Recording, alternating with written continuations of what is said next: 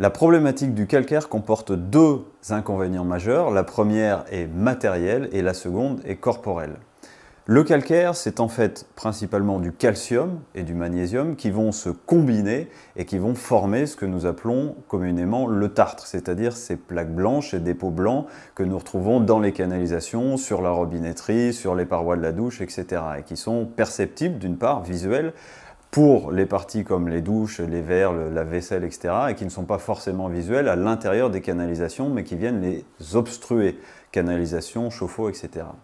Donc c'est une problématique à la fois matérielle pour ce point de vue-là et également corporelle, c'est-à-dire que le calcaire génère en général une sécheresse au niveau des cheveux, de la peau et va demander une surconsommation de produits détergents, de nettoyage, de lessive, etc.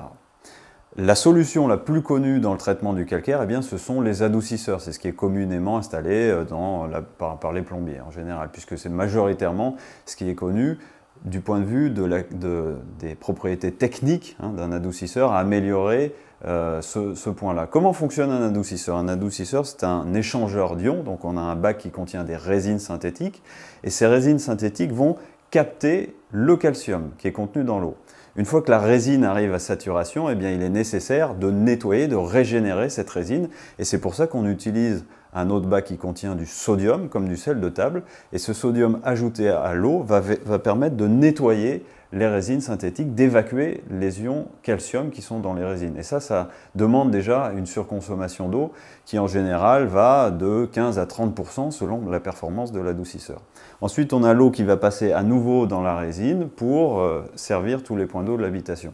Et c'est là où on a une seconde problématique, c'est qu'il reste toujours un peu de sodium à l'intérieur de ces résines. C'est pour ça que derrière, on a souvent ce goût un petit peu légèrement salé dans l'eau et qui peut poser des problèmes en ce qui concerne la santé.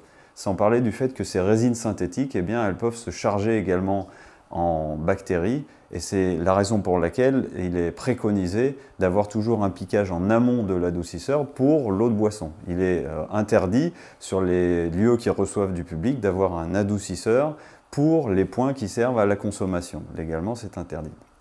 Pour les particuliers, visiblement, tout le monde n'est pas toujours informé de cette réalité-là.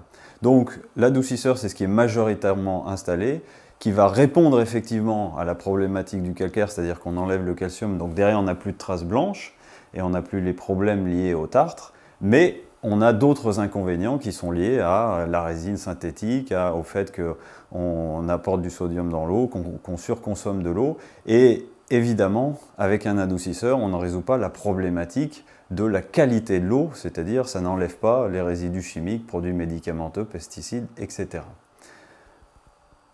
Ce que nous avons fait au niveau du système Amilo, eh bien, c'était de restituer à l'eau ses propriétés naturelles à travers le module de vitalisation de l'eau qui en fait permet à l'eau d'avoir des propriétés qui sont l'équivalent de ce qu'elle va avoir dans la nature dans une source et nous nous sommes aperçus qu'en restituant à l'eau ses propriétés naturelles, eh bien, nous avons la possibilité d'avoir un traitement naturel du calcaire, c'est-à-dire le calcaire donc, est constitué majoritairement de minéraux, calcium et magnésium. Et bien, quand nous restituons à l'eau sa dynamique naturelle comme ce qu'elle a quand elle va jusqu'à une source, eh bien, ces minéraux-là vont passer ce qu'on appelle en suspension pour former non pas la forme de calcite qui s'accroche et qui s'entartre, mais une forme d'aragonite, c'est-à-dire une forme plus légère du calcium et du magnésium condensé. Et cette forme plus légère va perdre la quasi-totalité de ses propriétés incrustantes.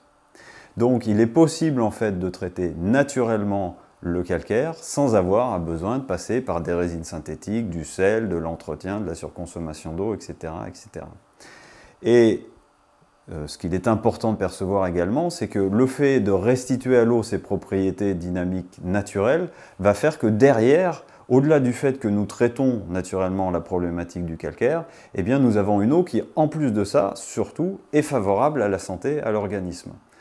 Bien évidemment, il est important de rappeler également que le système Amilo permet aussi de filtrer l'eau et de retirer les molécules chimiques. Donc le traitement du calcaire, c'est important de le faire pour éviter ces problématiques-là et également d'avoir aussi une eau filtrée favorable à la santé.